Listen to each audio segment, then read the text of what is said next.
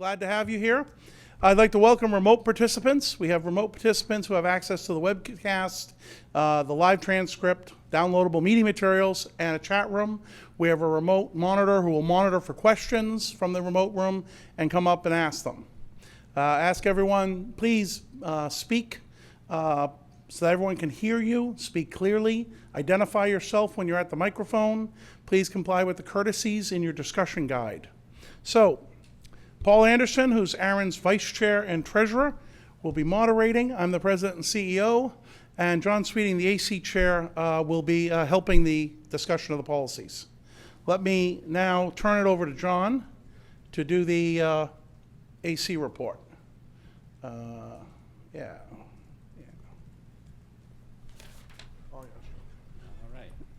right, good morning, everyone. Welcome to this public policy consultation. A couple of things I want to point out real quick is there's four, as John said, there's four recommended drafts that the Advisory Council has voted forward for adoption, and the next step is to send it to last call, and we really want good input on those four as we're planning to take some final action, sending that to last call. And there's a couple of the draft policies that we're looking to abandon, and the shepherds that come up and do the presentation will be very clear on what the intent is on those policies, and what we're looking for there is like, is there any reason why we should not abandon those?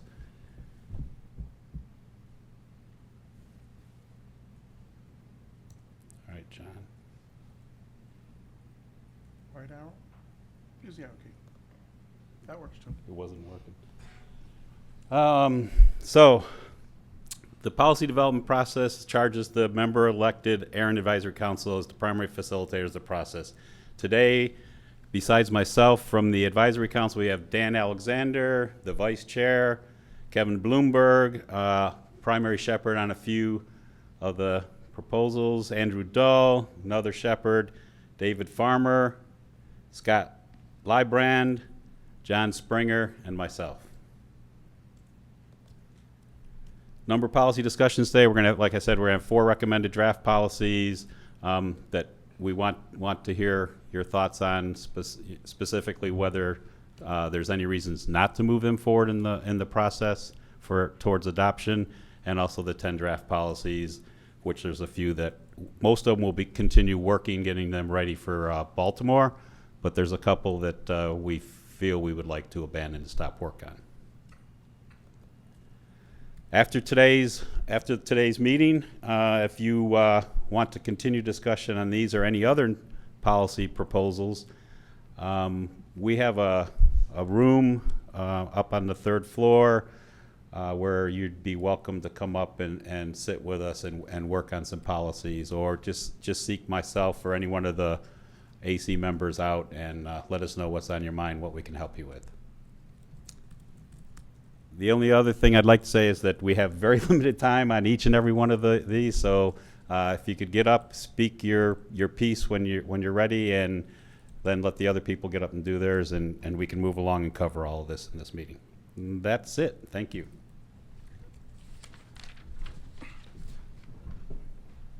Okay. So let's move right into the policies. First policy we have to discuss is recommended draft policy. Let's see, here we go. ARIN 2013-8, subsequent allocations from multiple discrete networks. And if, Andrew, you want to come up? Okay, I'll do the introduction and then I'll turn it over to Andrew to present. The origin of this policy proposal was November 2013. The shepherds, Kathy Andersen, Owen DeLong, Rob Seastrom. It was accepted in November. It was presented at Nanog 60. It was reverted to draft and presented at ARIN 33. It was revised, and the AC made recommendation again in May. So this is recommended to be adopted. It's in your guide. The proposal adds missing criteria to NRPM 4.5 multiple discrete networks and NRPM 6.11 IPv6 multiple discrete networks to assist staff in the community in determining the allocation sizes for new sites in existing MDN customers. The revised text removed the requirement to obtain connectivity at the new site and replaced with the requirement the organization has shown evidence of deployment of the new discrete site. If implemented, ARIN will require hard evidence such as connectivity contracts, proof of deployment at the new site, etc. But it wouldn't be specifically having to be a connectivity contract. It could be evidence of purchase, it could be an engineering plan. So there's more flexibility in the defined language, but it would need to be concrete evidence of deployment. Does not create legal concerns, and presentation by the AC. Let's see if I have yours. See the next slide? Yes, he is. Oh, that's so convenient. It's like, yeah, I know. Thank you, Arna. Go ahead, Andrew.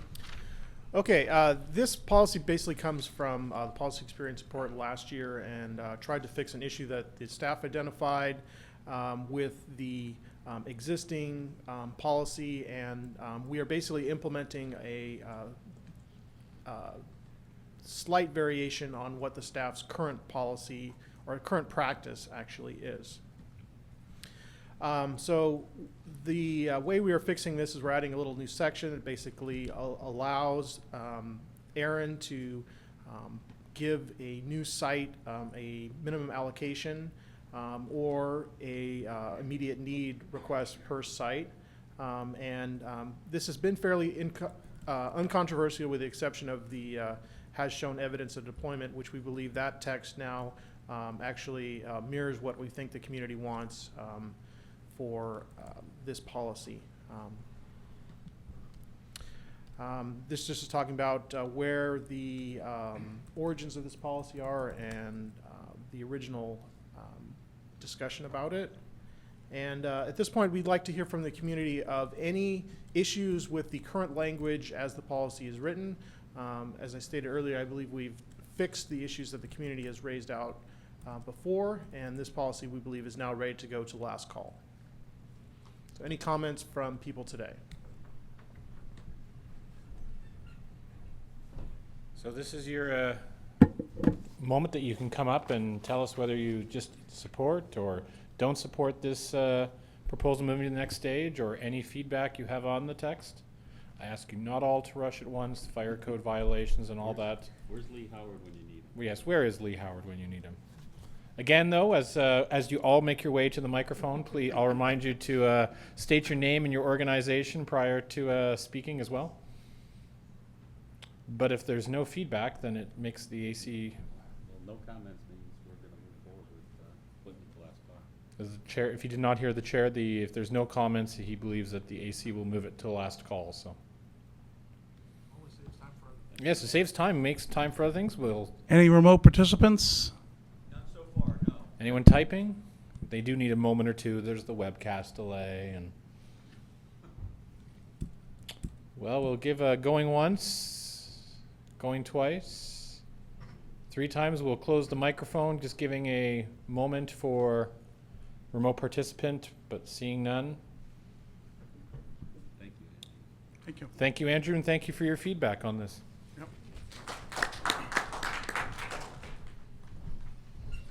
Okay, very good. So next up, we have driving this. We have recommended draft policy, ARIN 2014-5, remove 7.2 lame delegations. This is also a recommended policy, meaning it could be adopted after this meeting. Yeah, not time machine. Let's try that. There we go. Okay. So this originated in January of this year. Rob Seastrom is the shepherd. It was presented at Nanog 60. The AC made it recommended in April. It's in your guide. The proposal would remove NRPM section 7.2 because it's out of scope for ARIN and because ARIN has never effectively implemented it. Staff would not change our current operational practice.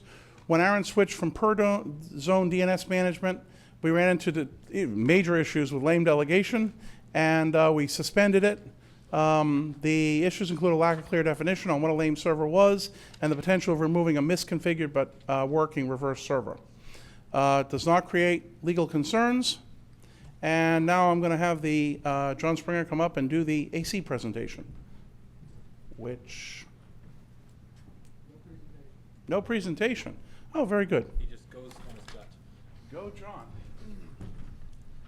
So when this was presented in Atlanta and Chicago, the primary shepherd, Rob Seastrom, made a point of saying that it was going to be the shortest presentation that ever occurred in the history of ARIN. So the proposal is to remove section 7.2, and I now call for any feedback or commentary. If we receive none, we'll probably be moving this to last call. On a historical note, this was my first ever policy that I shepherded on the AC, so. To put it in, so. Good to see that you're removing all existence of my tenure. Would anybody like to come up and comment on whether they support or do not support or moving this policy to next stage? Center microphone. Kevin Bloomberg, The Wire, and AC. Just a clarification from John. How many years has it been since this policy has not been in effect? As in, how many years has it been since it? I'm going to look at We're Mark. going to hand I'm that gonna over say to Mr. Curran. 6.5 at this point, I believe. At least 5. I think we're up to 6.5 by now. Okay. Because it was at the point in time when we had to implement the per zone management that you all use now. Thank you. I'm in support of this proposal. Thank you, Kevin. You're in support. Thank you, John, for that feedback. Center microphone again. Joe Provo, Google, strong support. Thank you very much. Any other comments? People that would like to, give reasons why they do not think it should advance? Again, the AC looking to potentially advance this to last call. Going once, twice, 3 times sold, except for remote participant, because we give them a little bit extra time because they've got to type. I'm looking at you. Nope. So seeing no feedback, further feedback, I think we can, unless you specifically want to poll, I think we can. Yeah, we're good. We're good. Thank you very much for that valuable input to the AC.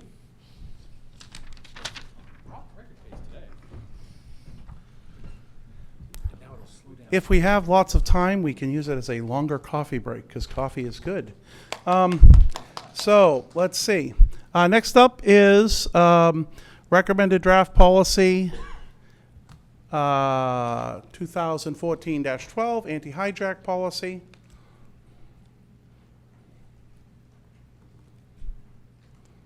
Very good.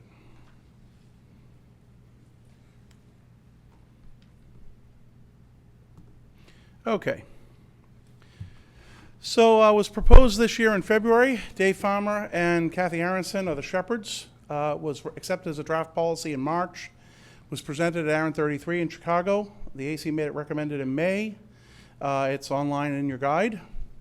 The policy would clarify expectations for experimental allocations by requiring that all experimental allocations come from ARIN's internet resource space, do not overlap existing registrations, and not be private or otherwise unroutable space, and be registered in WHOIS with a designation indicating the registration is experimental with a comment indicating the end date of the experiment. Staff, this policy could be implemented as written. Another comment, this policy is probably a good thing because we did something else recently with a very large non-documented experimental allocation as part of testing blocks, and this would make sure that you all understand how we do testing and that we do it in a rigorous manner, and it's goodness. Okay. Legal assessment, no particular legal issues. Presentation by the AC, come on up.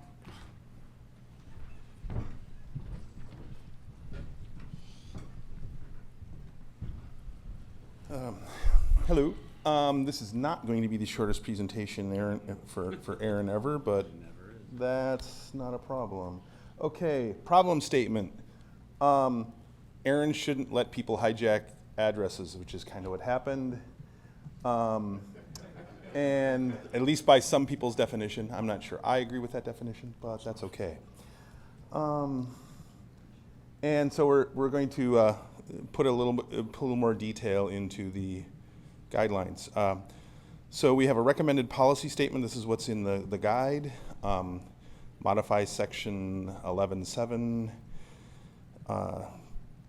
with a new name, calling it guidelines.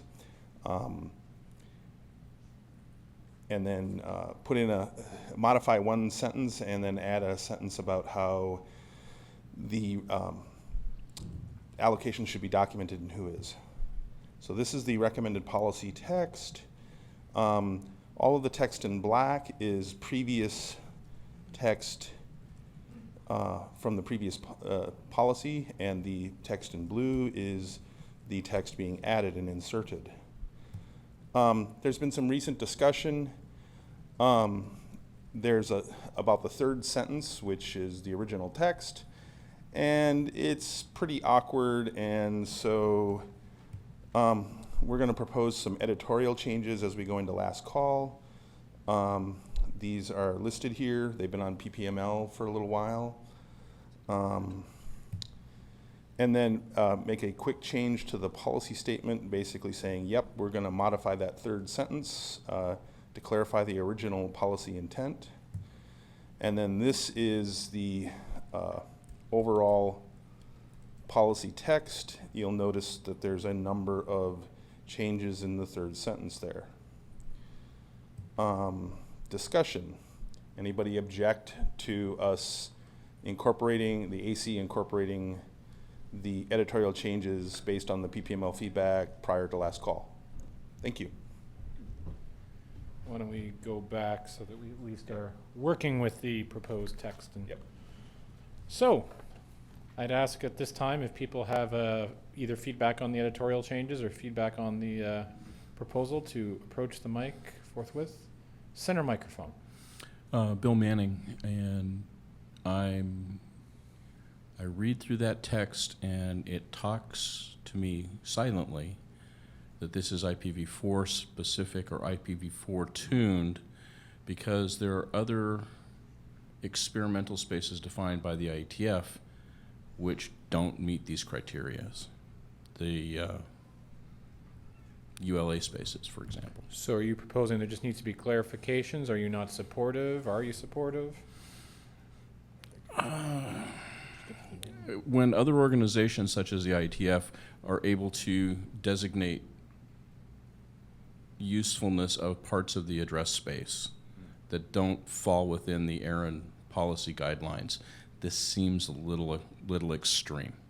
Okay, could you just hang on? Don't move. I Does it could, fall but off?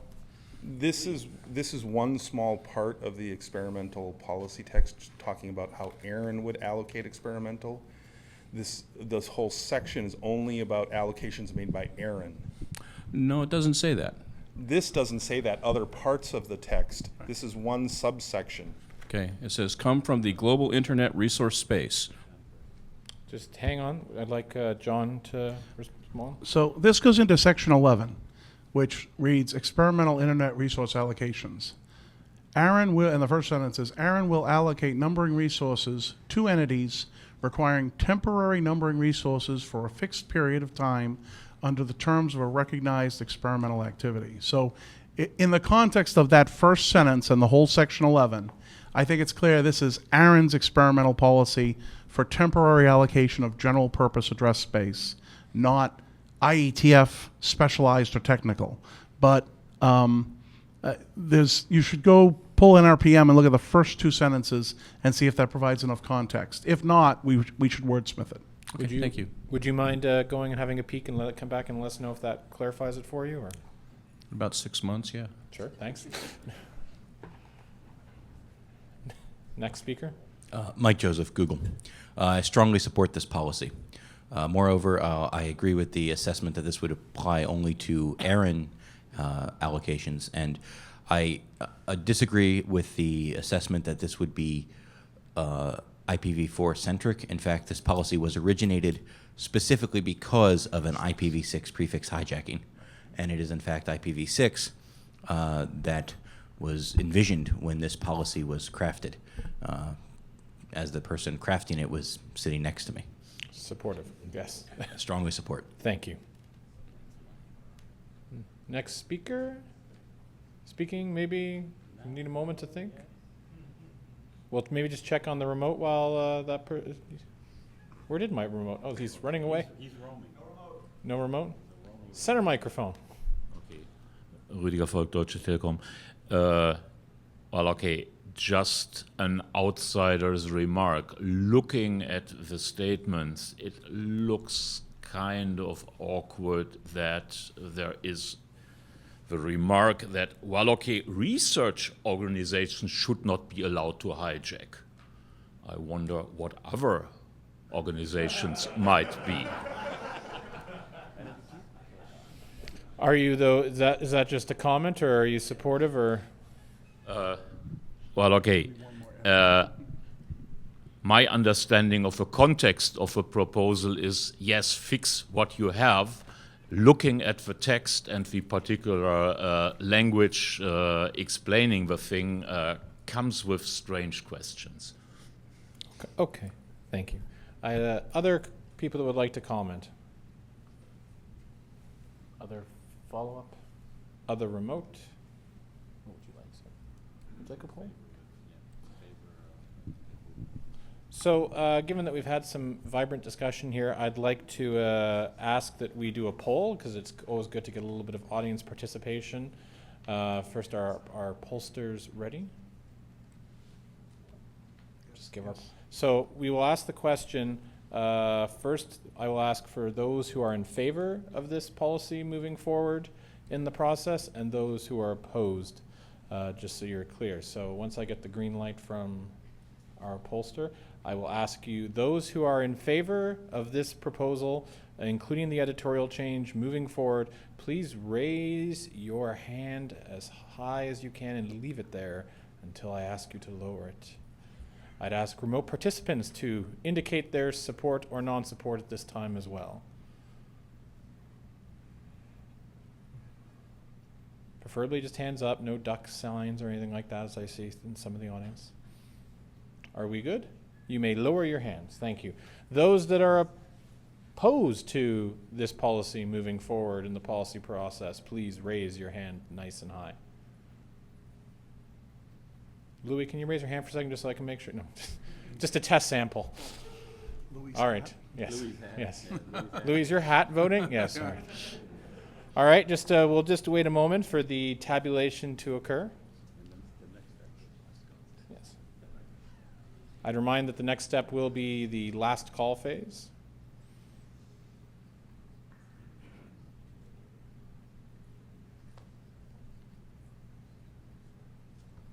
Do a little dance while we wait. Yes, I do dance, but the stage looks like it could collapse. Oh, the envelope, please. So on the matter of 2014-12, on the question of moving it forward, those in favor 19, those opposed 2. No? No. 21 total. Okay. Well, it's written. Okay. 21 in favor, 0 against. My apologies. I misread the paper. 44 people are in the room or online. Again, just to clarify, 21 in favor, 0 against, 44 in the room. This input will be passed to the AC for their consideration. David. Yeah. Okay, moving right ahead. Let's see. Next policy up is recommended draft policy ARIN 2014-13. Reduce all minimum allocation assignment units to /24.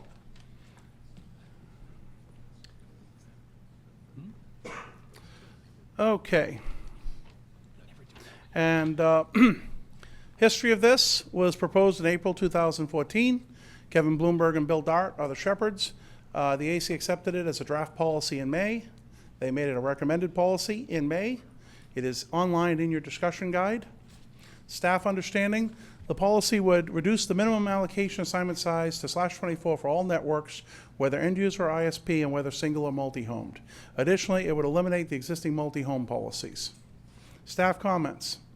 Okay, so it's not clear in the proposal what criteria would be used to determine an allocation size other than /24. Current criteria is very clear about what's used to qualify for 22, 21, and 20.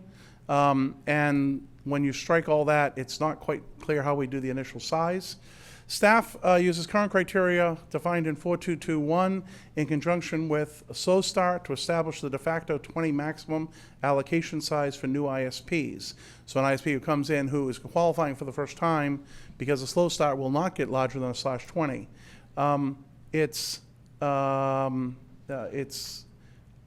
Staff recommends that a maximum initial size of /20 be noted and codify the existing practice, and the section be titled minimum and maximum allocation. The proposal would benefit smaller ISPs who are unable to qualify currently under IPv4 policies. In particular, would be unable to qualify for 8.2, 8.3, and 8.4 transfers in a post-depletion world.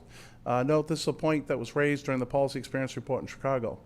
ARIN would likely have many discontiguous /24s as we near depletion and fewer larger blocks. This block would actually allow more organizations to use those smaller prefixes and continue the efficient use of the pool.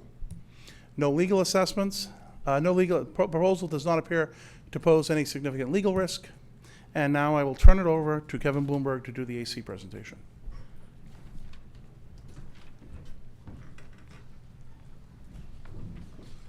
Good morning, everybody. So,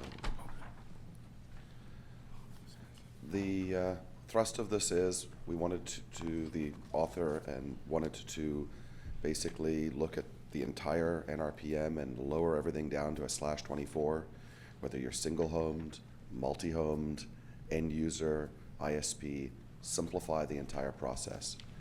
The removal of the multi-homing section was effectively because of duplication. Every section, other than the amount of space, whether it be your minimum assignment sizes or all of the things, were duplicated between the two, so the sections got combined at that point because there was no difference now that everything was /24. The key parts of this policy was to not change slow start. The slow start section is unchanged completely in this proposal. Efficient utilization is completely unchanged in this proposal. Those aspects are the same and will continue to be the same. It was to remove out and lower everything to /24, and that was the main aspect to it. We've gone through the staff comments and have a little bit of a disagreement in some respects and a friendly disagreement. The first is in relation to what size to give out.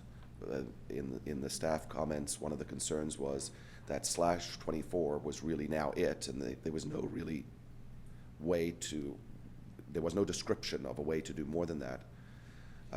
Whereas in the text, it does actually say and larger. So ISPs are generally allocated /24s and larger, which does give staff the flexibility of assigning larger space when required based on your needs through slow start and your utilization. The discussion in regards to, and this was the most, a little complicated, but in regards to maximum was, historically in the NRPM, and I'll bring up the section here.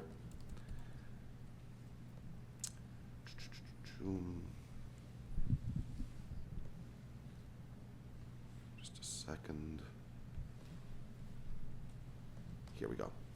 In the multi-home section, we had some specific descriptions, examples of you have this amount of space, you can get this amount of space.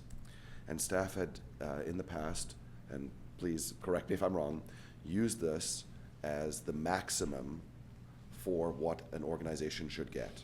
So the maximum that was given as an example was a /20. That was the maximum that you could get on your initial allocation. This does take that out, and what it allows people to do, or organizations to do, is to come in and say, I'm actually using a /19. I need to show that I'm efficiently utilizing it. I need an 18.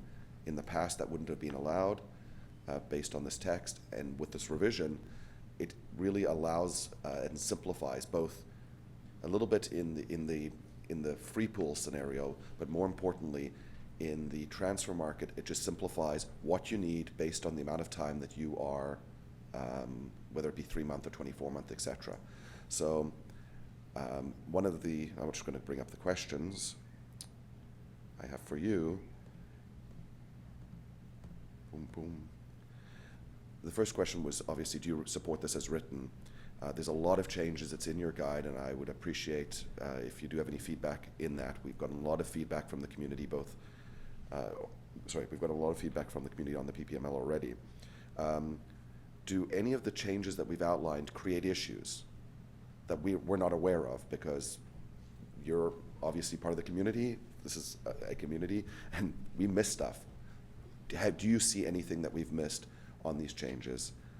Should we put in maximum allocation or leave it based on slow start and efficient utilization, not having a maximum set? And should that text be reinserted? Thank you. Thank you. So we ask all the eagle eyes to approach the microphone right after John has a quick interlude here. I'd like to comment on the staff comments and the maximum maximum size feature. It's up to the community what they want here. For the time between now and depletion of the ARIN free pool, a maximum might be useful if you are concerned about the rate of depletion of the free pool. After that point, it's questionable whether it serves a need. But in the intervening time, removing a maximum makes things simpler, and that's a benefit. Leaving a maximum in eliminates the possibility of a party that has an ISP assigned block. And there are ISPs over the last 15 years who have signed, in some cases, very large blocks to their downstream ISPs. So you might have parties out there who have 16s, 17s, and 18s that are effectively from their upstream ISP. They could now immediately come in where they could not before. They'd only get a /20. They could come in and get a 16 or a 17 or an 18 or a 19. Is that a problem? I don't know. It's a feature, and that's really the trade-off. The question is, in the point of time while you have this free pool, is removing that /20 cap a necessary thing or not? Certainly, post-depletion, it probably doesn't matter at all. So I just want to clarify that. It's not a problem either way. It's just how you want to manage the resources. Thank you, John. Bill Manning again. To the extent that this simplifies the policy manual, I support this. To the extent that it clutters the policy manual, I am not in favor. And in cluttering the policy manual, you are creating, for want of a better term, interim IPv4 policy to deal with a specific case. This sort of end space run out, and how much you can get, how much you can't get.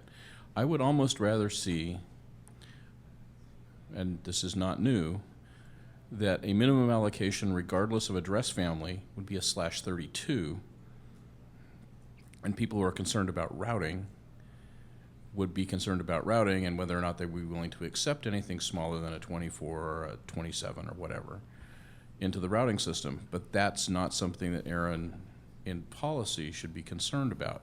ARIN should be concerned about efficient allocation of the address pool that has been given, regardless of address family. So I would like to actually see this recast being address family agnostic. So not supportive, and your desire would be to have it recast? I support it to the extent that it simplifies the policy manual. I don't support it from the extent that it is very address family specific and very temporally specific. In 5 years, I don't think this is going to be important. Just a quick follow-up from the, don't you like to, Bill, I can't run away so quickly. Yes, I can, because Scott is... Yes, but Mr. Bloomberg, Kevin would like, okay, I thought then you're allowed to run away. Next speaker. Scott Librand, ARIN AC. So a couple of responses to Bill's comment. The first is Bill might be interested in the discussion of ARIN 2014-3, I believe it is. Coming up soon. Which removes the 8.2 and 8.3 minimum IPv4 block size requirements. So that would mean that in a post-exhaustion world, the minimum IPv4 transfer size would be A/32. The second, so Doesn't jive with this. it's a separate proposal and it's less likely to pass. So there's two things. Okay, all right, let's There's get two things to that going on here, and I proposal when we think they get need to be that discussed proposal. separately. So my point with that is that discussion, I believe, belongs in the later discussion. The other point I would make is that we have two different sections of the policy manual, Section 4 and Section 6. They deal with two different address families. The effort here is specific to the Section 4, which deals with IPv4, and I believe this is a simplification and will make things a lot less complicated both now and after run out. So to the first half of your comments, I believe this does address the simplification and doesn't, as it's currently drafted, make things any more complex. Yeah, to clarify, the proposal or mentioned earlier deals with Section 8, which solely deals with transfers. But are you supportive or not supportive? You are supportive. Two thumbs up, let the record show. Next speaker, please. Mike Joseph, Google. I have some concerns about the aspects of the policy which make unclear or potentially in this case remove the maximum allocation sizes, but not just because it potentially allows an unlimited maximum initial block, but also because it's my read of the policy, and perhaps staff can clarify, it is not clear if allowing organizations to get initial 24s would mean organizations can only get initial 24s. So at present, the criteria that we use to establish an organization obtaining a block size of 22, 21, or 20 is laid out in the sections that are being excised in this proposal, okay? And, but it's clear that the intent of this is to allow us assigning an allocation size based on their actual documented need, but it's hard to see how that intersects with slow start because the whole section is covered by slow start, which means we give parties an initial block size and allow them to show that they've used it before we give them the next block. So there's nothing to prevent under this policy us from allocating a block larger than 24 if we see that a party coming to us has need right now for something larger than 24. So we could give out 23s, 22s, 21s from the free pool, 20, 19, and that's the question about if someone shows up who has an ISP, you know, they have provider assigned space of /16 and they want to get out of it while they can, this would say we would give them their /16 so they could renumber out of it. And so, yes, 24 does not become the default. This becomes very much a judgment for an initial allocation. Support, not support, further comment? As long as we're not tying our hands to only being able to get 24s going forward, then I have no objection. Thank you very much. I'd encourage, this is a recommended draft policy, and there's a lot in here, so the AC is very much looking for your input if they have found the right text regarding the problem statement that's been defined, so I'd urge you to come up and give your feedback. Next speaker, please. John Van Oppen, Wave Broadband Spectrum Networks. The minimum allocation or the maximum allocation size thing is a big thing for me. I think we're basically dragging out our V4 runout for no reason. If people need to address this now while we have them, we should be using them up and we should be allocating them how we did. I'm definitely in favor of this because I can tell you, like at least from our perspective, it encourages the current policy encourages us to take every one of our LLCs that has users all over the West Coast and have every one of them apply for /20s, which is frankly just stupid. And we as an end user ISP, we're not going to stop adding cable modem users to the network. We know this. I mean, this is not likely. We're going to let them sign up, and we're going to get the IPs to do it, whether we have to buy ISPs or whatever. This just really takes the policy and matches it to something that fits reality. If we need the IPs, we should get them. If we don't need them, we shouldn't get them. It's quite simple. Until we're out of IPs, then hopefully everybody will realize that V6 is important and will actually turn it on the content, and we won't just see like 3 sites making up 95% of our V6 traffic towards our end users. Thank you. Thank you for Thanks. that comment in support, as you said. Go ahead, sir. Christoph Blecker, Disney Interactive. I am in strong support of this policy. I think lowering, especially for end users, the requirement down to a 24, there's an extreme benefit there to get IPs out the door and get them in use. Thank you very much for that statement of support. Other people who would like to make a comment or even just come up and say they're in support or not? Remote participants, I see the shaking of the head, so we'll give one last chance. Again, this is a recommended draft policy, so we will be taking a poll to get see whether or not this room feels there's support to move this forward to last call. Okay, we'll close the mics now. Last chance for remote participant. Okay, so with my poller, Thank you. hardworking in place, I will ask the same question styles I did last time. First, for those in favor of moving it as written to last call, and then asking for a show of hands of those who are against. So first, those on remote participation, please indicate your vote now. And for those in the room, all those in favor, please raise one of your 2 hands as tall as you can. Please leave it up. Hats also count. We're trying out a little humor. Just please leave them up until the counter gives me an indication that they have the count. Is that okay? You can lower them. Those that are opposed to this policy move forward, please raise your hand or hat at this time. All right, thank you very much. One moment while we get the tabulation. I have had a cup of coffee since the last time, so I think I will be able to read the sheet correctly this time, but you know, you never know with me.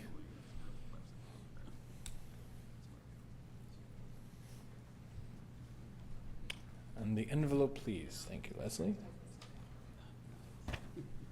Yes, they left no ambiguity this time. They only gave me 2 numbers.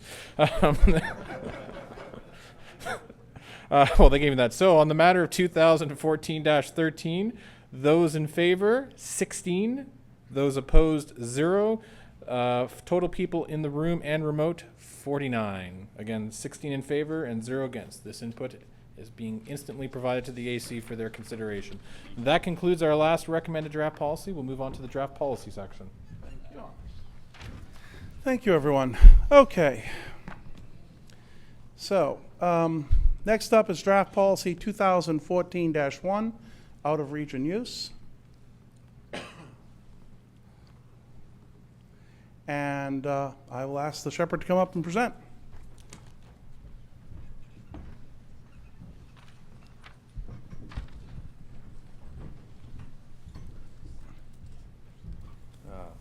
Okay, we're going to make this quick.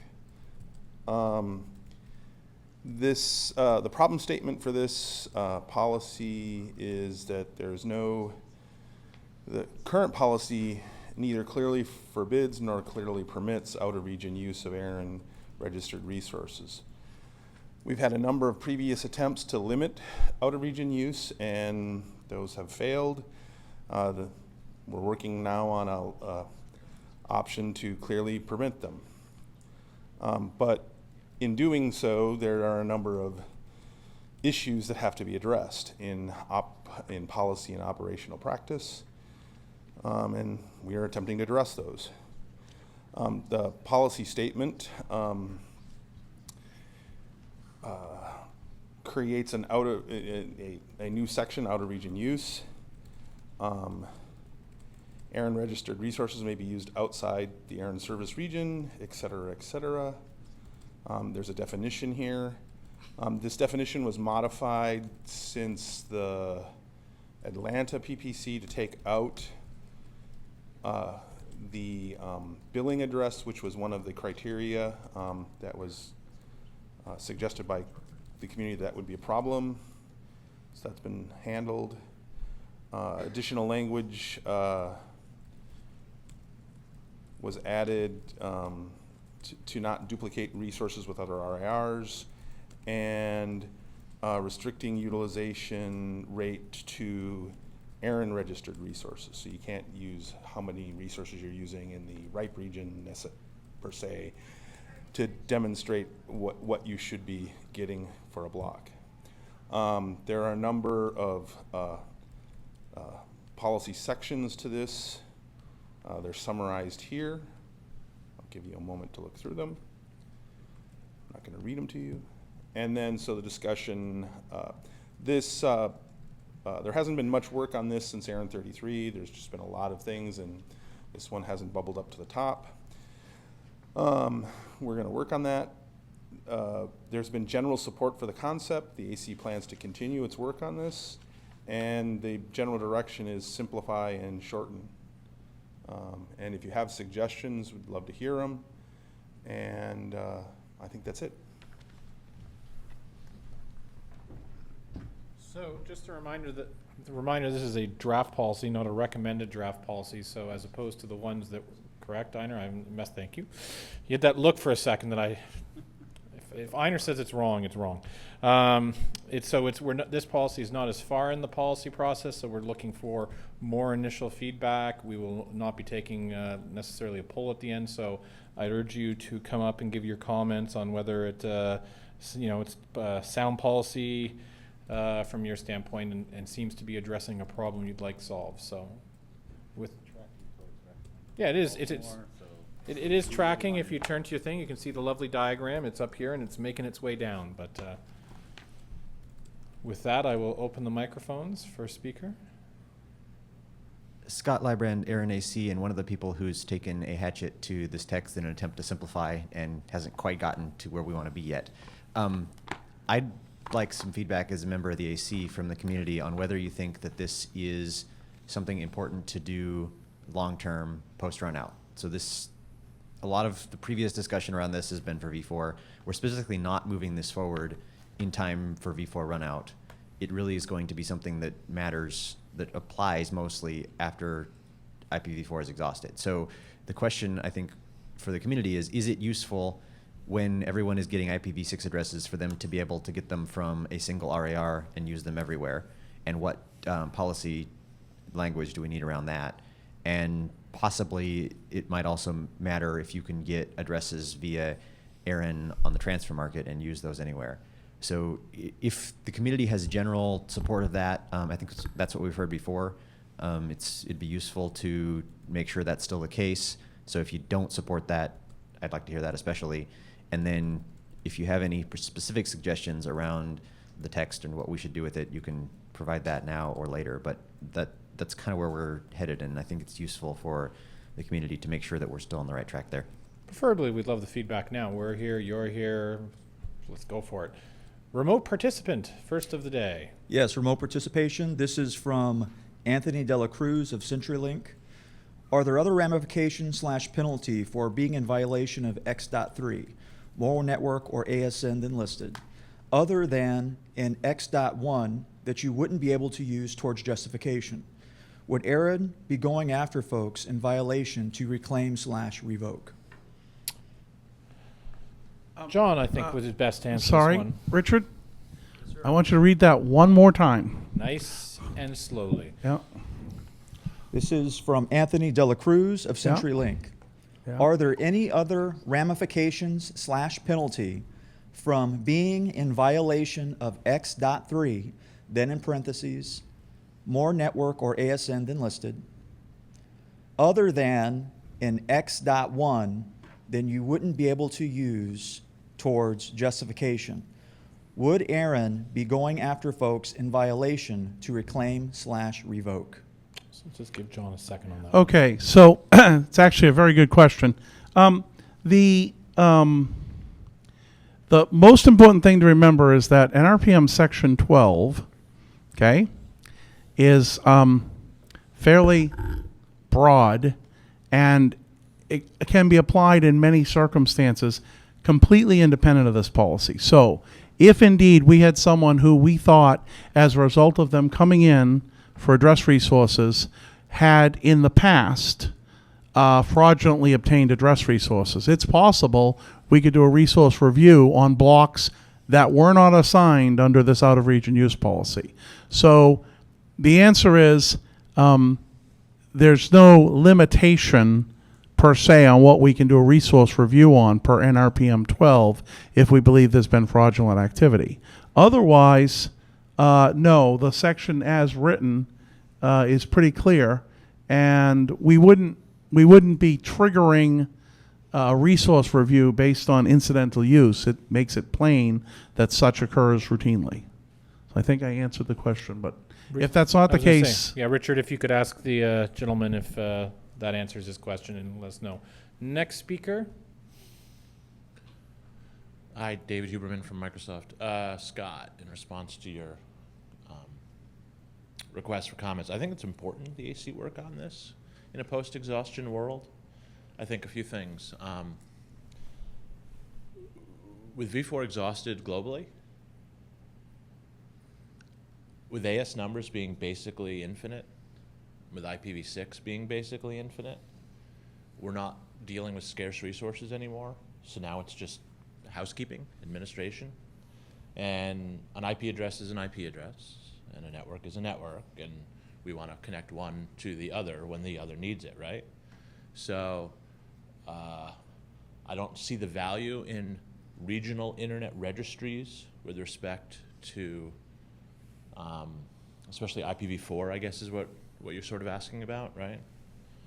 And where we're going to use it, or where we're going to take, if we get an AS number from ARIN, where we're going to use it, where we're going to route it from, or announce it from. It doesn't have a whole lot of value to me to restrict, oh, you have to get it from ARIN because you're using it in Chicago. Oh, no, you have to get it from JPNIC because you're using it in Tokyo. The network doesn't care. The equipment doesn't care. I speak English and I live in Virginia. Let me come to ARIN. I speak Japanese and I live in Tokyo. Let me go to JPNIC. So with V4 out, yeah, you have a waiting list for new resources that come available as people don't pay their bills or as companies go out of business, and whoever's in line gets it. And I don't care if they're in China or if they're in New York. It's a network. It needs IP addresses. So I think it's important. I think it's good. I think it's a good evolution of the registry. David, but as to the policy here, great comments, but I had a hard time if you thought this is in the right direction or the wrong direction. I think it's a great direction. Okay. Let's get rid of regional concept of regional restrictions of use, because I think in 2014 and beyond they're irrelevant. It's administrative. Okay. Let me deal with the registry I want to deal with, because an ASN is an ASN. Thank you. I think ARIN ASNs, I've heard anecdotally, taste a little better, but yes, probably an ASN is an ASN. No, just move on. Move on. No good can come from that exchange. Next speaker. Follow that one up. Mike Joseph, Google. We generally support this policy. I do point out that, in fact, the policy correctly identifies that this addresses only the utilization of addresses and where they may be used, not which entities are eligible to request resources at all from ARIN, which I think is a perfectly fine distinction to make, and I think it is, in fact, one of the things that previously was conflated in earlier attempts to address this, this issue. I do point out that while this policy does clarify what is out-of-region versus in-region use, it seems reasonable that that might be done for billing or verification purposes, but I would have strong concerns if that were ever done to examine utilization differently for the same reasons that we opposed all previous policies that considered utilization differently. In other words, an entity, as David said, an entity that is using addresses globally ought to view that global utilization in a global context and not have to figure out 20%, 30% here versus 70% there, and figure out how that qualifies them for address space. Admittedly, this policy doesn't seem to do that, so that's good. But it does add definition. So I want to clarify for my colleagues that let's not use that as an opportunity or an invitation to add additional qualifying criteria down the road. Specifically, on the incidental use, I think that could go either way. There is some risk in just ignoring small prefixes in other RARs, but I'm not sure that it's a huge concern. But it may be something that we want to consider, whether it makes sense to keep in X3 or not. Finally, in the initial part of section X, there is some wordsmithing that's needed. In the middle paragraph, particularly the second sentence of the middle paragraph is rather unclear and also grammatically incorrect. So it would be nice for that to be reworked. And then the third paragraph would seem to conflict with the second paragraph, although I don't think it does. X, sorry? The third and second of it? Yes, the third paragraph, Thank only you. the utilization rate of ARIN registered resources or immediate need may be used to determine a valid request size. But then the previous paragraph talks about how ARIN will examine utilization for other RIRs. I believe I get the intent, but I think it's sufficiently unclear that needs to be addressed as well. Overall, however, I think this is good work, and I support this policy. Thank you for that. Is there any questions from you? Or thank you. That's some great feedback. Dave may be in touch by email soon as well to get some clarifications, but that was great. Last call on comments. Seeing no remote participation. If you wish to speak, please start moving somehow towards a microphone now. Once, twice, Kevin, 3 times. Sold. Thank you very much for the input on this draft policy. We'll move on to the next one. Thank you.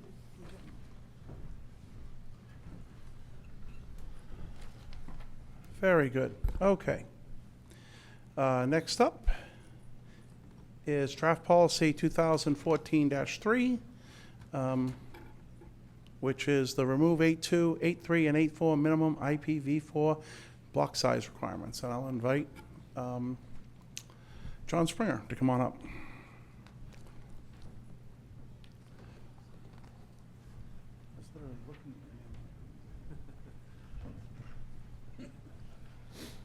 So I'm channeling Owen DeLong and Bill Dart, neither of whom could be here today, to present 2014-3 for you to remove the minimum IPv4 block size requirements on sections 8.2, 8.3, and 8.4. All 3 of these sections deal explicitly with transfers, and they make the minimum block size allowed at 24. In a post-exhaustion world, policy should allow and enable networks to move blocks around as they see fit without arbitrary regulation of a minimum size. Policy statement is remove the offending bits. And a little background, generally, in the discussion on the PPML,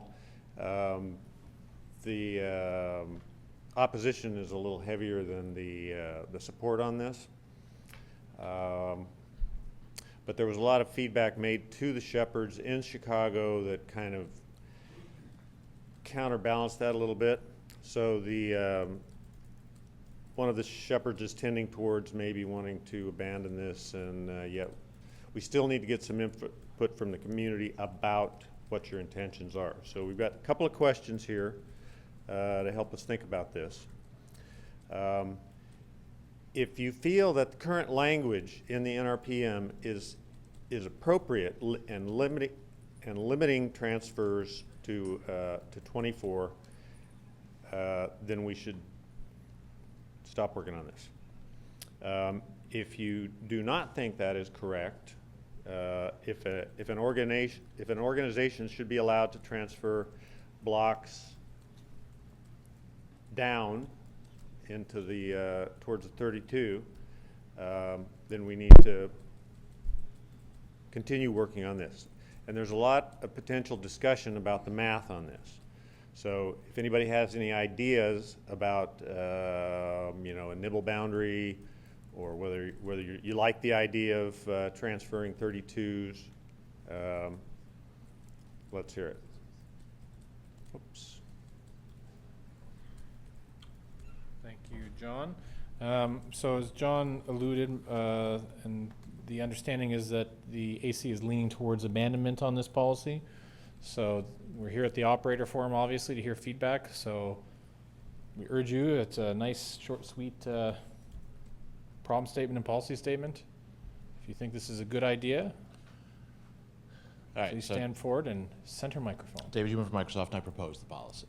And the reason Sorry, you opposed or proposed? I proposed I- the policy, and therefore I support it. The reason I put this in here is 'cause trying to think ahead. We're operators here, right?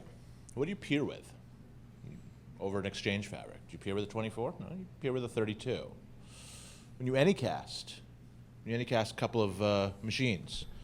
Why are you anycasting a 24? You only need a couple of IP addresses. We have this. When I was looking at the transfer policies and trying to make sure that we're set up for success in 8.3 and 8.4 transfers for the coming years, I noticed we have this 24 minimum, and it's totally arbitrary. And so we had a discussion on the mailing list about, well, what's the technical motivation behind this? What is the technical reason why having a minimum of a 24 is a good thing? What is the virtue? And there was no answer to that.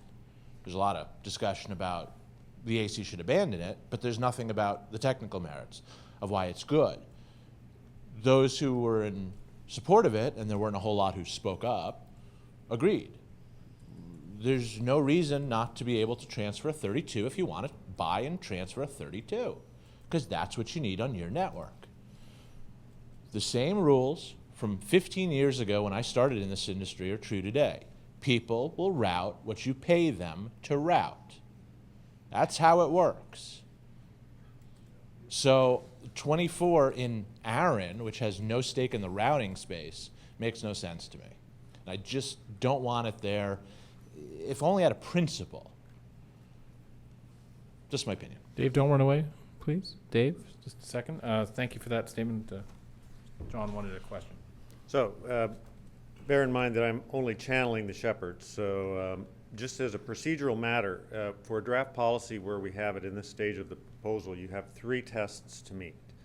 It needs to enable fair and impartial number policy, it needs to be technically sound, and it needs to have the support of the community. Mm-hmm. You may have 2 of those, but not the 3rd. Sure. So understood. You know, your arguments about technical soundness are well taken. You just need to drum up some more support. Yes. Thank you. Perhaps some support coming right now to the mic, or not. We'll find out. One of you has to approach. There we go. Thanks. Mike Joseph, Google. I strongly oppose this policy. In particular, to address David's recent comment, in fact, routability has such an important part in ARIN's work. We recently added it to the NRPM and clarified that when we incorporated a number of principles out of 2050, particularly section 1.3 says that the principle of routability guarantees that internet number resources are managed in such a manner that they may be routed on the internet in a scalable manner. So I think that, in fact, considering routability when revising the NRPM is paramount.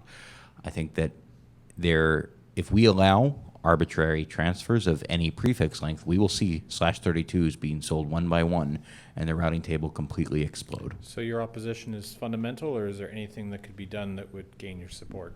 Removing this would gain my support. So no, my opposition is fundamental. Okay, thank you. Can I ask a direct question? Oh, wait, another question? So note the section of principles that you cited in the NRPM regarding routability. ARIN should not adopt policy that can't be technically made to work, that forces parties to do things that would break routing, for example. But as noted by the prior speaker, because everyone has freedom to decide what they accept and what they peer with, it's not clear that removing the minimum causes a problem if you believe that individual operators can decide exactly what they're going to accept or not going to accept, regardless of what gets transferred. So I see the section you cite, but I want to say I would recognize if ARIN was issuing blocks to parties on a /30. Here's your 4 addresses, congratulations. The community may have a problem because people would have an expectation that those ARIN issued blocks were routable. That would definitely be a case where we'd all be staring at the is ARIN creating a situation that's not routable. But when operators are doing it on their own and then have to find the way to route the result, it's not clear that that's a technical problem, because there are circumstances, as noted, when someone may want to have a /30 routed, a peering connection, for example, or something small. So I guess all I'm saying is that we added routing in there to make sure ARIN didn't force breakage on operators. I don't know whether or not, as it's written, it means operators can't decide that themselves for issuance and transfers that they do on their own. John, was there, you had promised him a question, though. Well, actually, I'd like to respond to John's comments, if I may, please. Okay, go ahead, sorry. 7 sentences back. So first off, I did highlight 1.3 for the reasons you said, but also for an additional reason, which was to clarify that ARIN does in fact consider some operational impacts, such as routing, when adopting policy. So the tendency of some folks here to argue that we ought not consider any operational impact when contemplating policy is to me a bit of a red herring. To your specific points, while it's certainly true, and I wouldn't suggest that we adopt a policy that would preclude an ISP from assigning a /28 to their customer and then allowing them to route it however they wish, I would argue that this does in fact, this isn't quite analogous to the situation you described of ARIN allocating smaller than 24s. By allowing the transfer to proceed, ARIN's registry would reflect a smaller prefix, and therefore it would look as if to the world that the entities acquiring those other prefixes would have the expectation of routability. So I don't see this as any different. And in particularly post-exhaustion, ARIN for V4 will be administering almost solely a transfer market and not its own free pool. So to me, those two are not distinguishable. And I continue to oppose this policy. Thank you. Thank you. One sentence? I'm counting. Thank you for that response. It's also true to the outside world. They do things like build filter lists based on ARIN's information. So yes, they would build filter lists that have, if a transfer was a /30, they build a filter list recognizing that the minimum allocation was /30 potentially. So you're correct. To many people, they would respond to this as if it was an ARIN allocation, even if it was a transfer. So thank you for the point. Long sentence. Next speaker. Kevin Bloomberg, The Wire, ARIN AC. I generally do not support this proposal. Could you speak up a bit? Sorry. Sorry. I have two issues. One is a technical and one is a business issue. From a technical point of view, I am concerned that by going all the way to /32, well, you can use your newfound powers with the anti-hijack, throw 1 million /28s onto the routing table and see how far that goes, and how many people complain about that. I think we're going from one extreme, or we're going too far towards an extreme. I would look at lowering it over time. I would look at having the operator community come back to us, but going to /32 scares the living bejesus out of me. So you could support the policy if it was a slower... I could support it with a lot of feedback over time from the operator community. But the second part of it, which is my bigger concern, is I use, and I know many companies use, the NRPM and what ARIN's policies are in how we do our assignments to our customers, how space is used with them. I don't need a customer going to a court and asking for their /32 from me for their web hosting website, and that court agreeing with it, not understanding the ramifications of pulling out 32s from my space that, for whatever reason that may be. We have policy.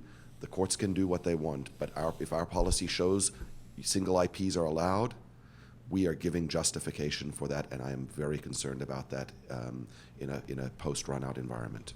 Okay, John would just like to follow up. Oh, Kevin? So Kevin, so there was a slide there that posed kind of two questions. These two questions.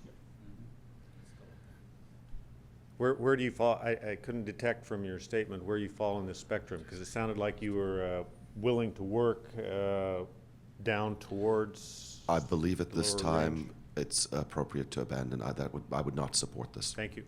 Thank you. Next speaker. Martin Hannigan, Akamai Technologies. I just want to poke a fork in this. Yeah, what everyone else said, I'm opposed. But I actually, I appreciate David's sentiment. From my own perspective, I think ARIN should get out of our business and let us operate our networks. Thank you. So that's supportive? No. I said I was opposed. Opposed, sorry. Wait, okay. Remote participant. Yes, this is a remote comment from Kevin Ott from Flying Penguin Technologies. I concur with the abandonment of the policy. We don't need to let the IPv4 address space fragment into an administrative nightmare. Okay.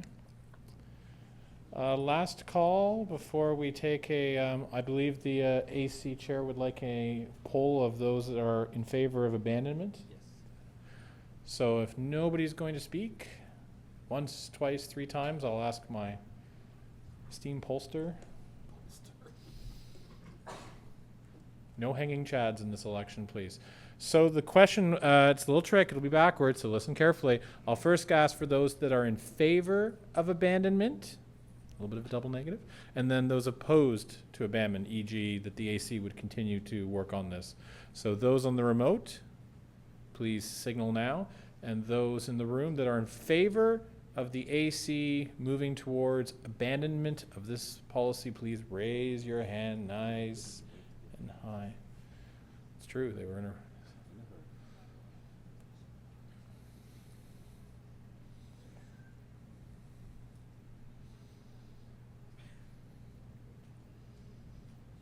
Okay, you can lower them. Those that are opposed to abandonment, please raise your hand now. Could you please keep your hand raised? That was the hanging chat of votes there in the back. Okay, wait. It wouldn't be the first time.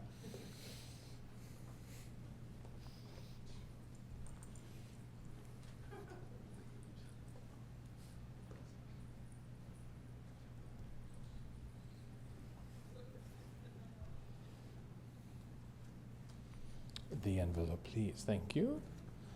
Thank you again for making it, not giving me more numbers than I need to read. On the matter of 2014-3, those in favor of abandonment, 22. Against, 1. Those in the room and remote, 49. Thank you for this feedback.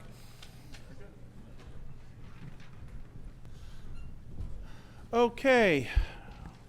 We are going to take a break shortly, but I think we have time for one more policy. So we're going to cover draft policy 2014-6, remove NRPM section 7.1. So I'll ask Scott Libran to come up.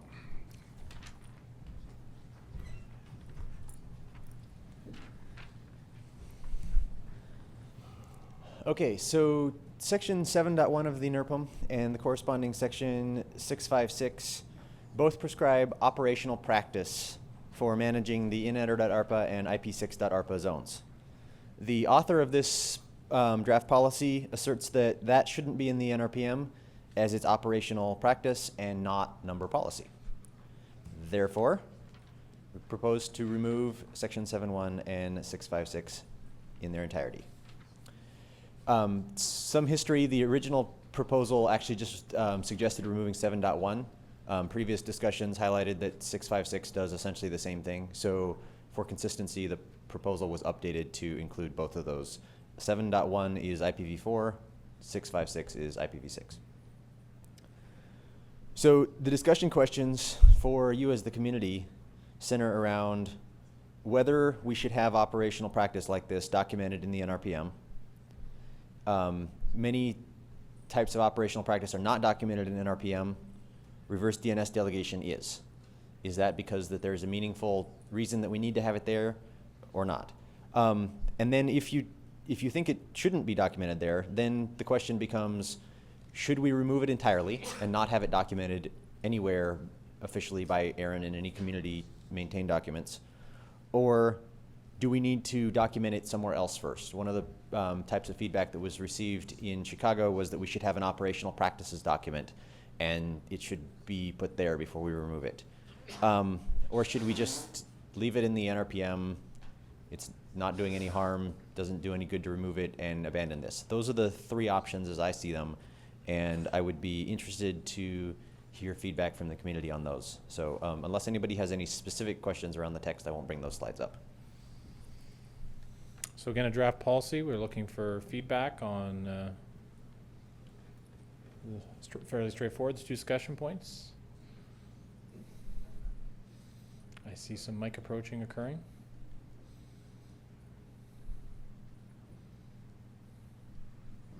Go ahead. Support this, Mike Joseph, Google. I support this policy and the removal of the outdated section 7.1 text. It's quite clear that the text in 7.1, in addition to only dealing with IPv4, also contains, also strangely deals with /16s inconsistently from other prefix sizes and other historical artifacts. So I support removal of this section. Certainly one could envision rewriting this, but at this point it just doesn't seem worth it. Do you have any view on the second point of should it be anywhere else, or? I would say that it's out of scope for this forum. Just it was feedback solicited. Yeah, absolutely. If I could follow up on that earlier question, get the right distance to the mic. Some people say I'm too far back, some say it's too close. We'll try this. It's the maintaining of inatter.APA by operators is an operational issue, and it's not clear it's even an ARIN operational issue. But there is, I see in Nanog, a healthy BCOP process now spinning up. Would that be suitable for where a best practice was documented for something like this, as opposed to within ARIN? One might envision that, but in the context of the ARIN public policy process, I would suggest that it's out of scope. Okay. Thank you. So I support this policy. Thank you. Kevin Bloomberg, The Wire, ARIN AC. I'm generally in support of this. Only one clarification. If by removing section 7.1, is ARIN obligated to continue providing in-address ARPA to ISPs and end users? John? Excellent question. So one of the things we've been looking at ARIN is trying to get a better description of what services people get from ARIN, and because it's not as clear as one might expect. You can derive it backwards by looking at the NRPM and the RSA, but even that is only, it's kind of like squinting one eye and trying to guess it. We actually need a services document that describes what services we provide, both to parties under contract and legacy holders not under contract. And so, yes, we're going to work on that. We will provide in-adder services and make that clear that that's part of the registration services we provide. That's part of an update to trying to do one more push to get a clear description of services to parties, both under contract and legacy holders, that we want to do within ARIN. So I want to get the services part done within ARIN no matter what. Our role in providing in-adder APA, that shouldn't necessarily be what an operator's obligations or best practices are in making use of that. Okay. So based on that, I would say that from a timeline point of view, this removal should coincide with ARIN codifying separately that service. Thank you. Thank you for that support. I'd ask at this point if you could move to a mic if you'd like to speak on this proposal, as we'd like to close the mics shortly. John, did you have a quick interjection? No? I was just going to say, I'm faster than the AC, so that will be the case. Yes. Oh, you're in a spicy mood today. You wrote the PDP. He had a bad flight here, so he's taking out his next microphone. Martin Hennigan, Akamai Technologies. I support this policy. It's always great to poke a fork in the other side of the roast. Let's not overthink this, though. Let's just get rid of it. It's already largely ignored. Thank you. Thank you. Support. Got it. Last comment. David Human, Microsoft, author of the policy. I oppose it. I support it.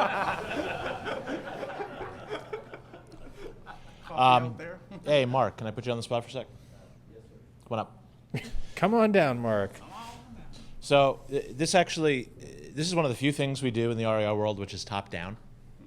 The RARs, as the administrators of their various inatter.arpa and IP6.arpa zones, decide, as a matter of operational practice in combination with the DNS community, how they're going to provide, how ARIN's going to provide inatter.arpa and IP6.arpa. Everybody else has to conform to that for the DNS to work. So, quick question.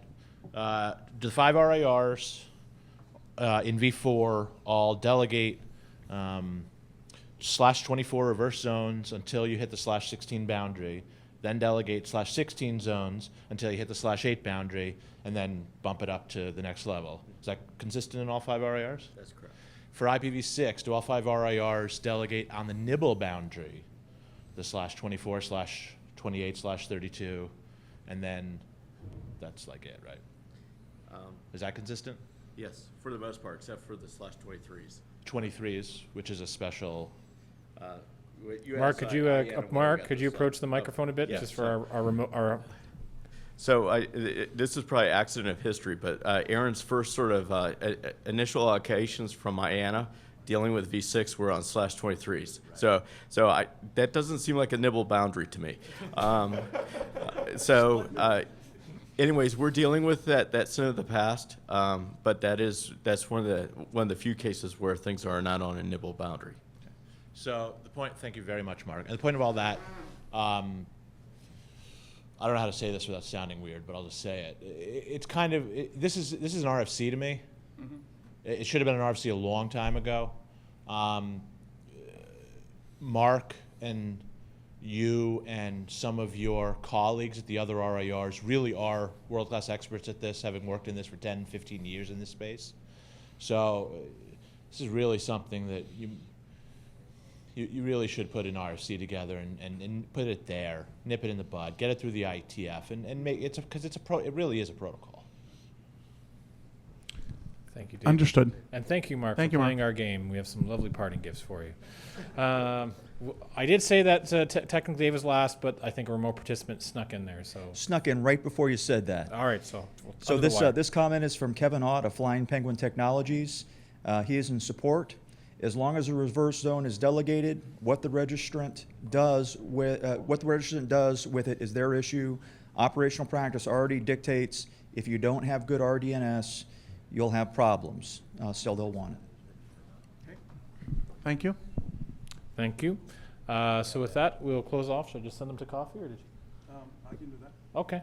John is going to come up and send you all to coffee now.